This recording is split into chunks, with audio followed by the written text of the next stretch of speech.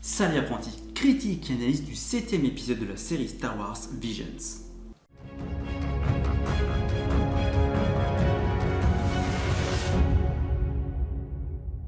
Septième épisode de la série Star Wars Visions. Le titre de l'épisode est The Elder, soit l'ancien en français. Et nous y voilà, le retour du studio Trier. Mais, rassure-toi, cet épisode est largement meilleur et en tout point que l'épisode 3 The Twins. Graphiquement, il est d'un niveau classique pour un anime, donc des dessins détaillés, des proportions respectées, une animation fluide et sans mouvement manquant. Et pas d'incohérence, ni avec l'univers Star Wars, ni avec la logique. Même le son est tout à fait correct. Comme quoi, il suffit de mettre la bonne équipe au sein d'un studio pour avoir un rendu très appréciable. J'ai vérifié, bien que ce soit le même studio d'animation, ce n'est pas la même équipe à tous les niveaux. Passons à la partie avec spoilers pour rentrer dans les détails.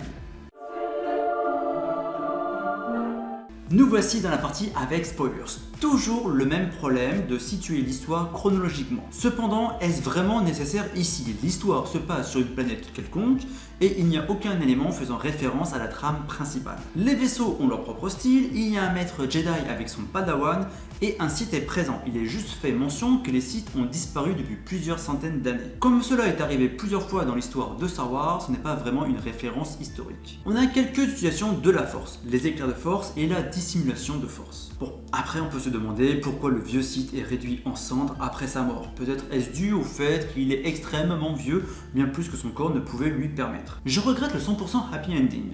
J'aurais préféré que le padawan soit mort.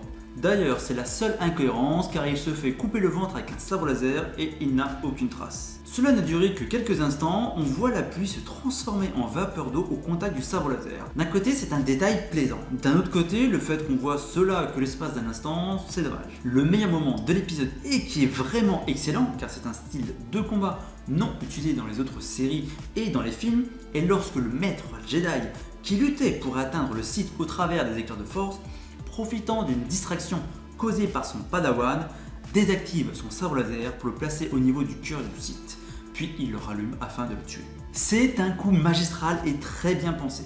Il est à noter qu'il y a dans l'univers Star Wars une forme de combat au sabre laser utilisant justement cette technique. L'activation des activations du sabre laser afin de passer outre la garde de l'adversaire, c'est une technique très dure à maîtriser. Les Jedi préfèrent ne pas utiliser cette forme de combat. C'est un épisode qui fait vraiment plaisir et il donne de l'espoir pour les 2 derniers épisodes de Visions.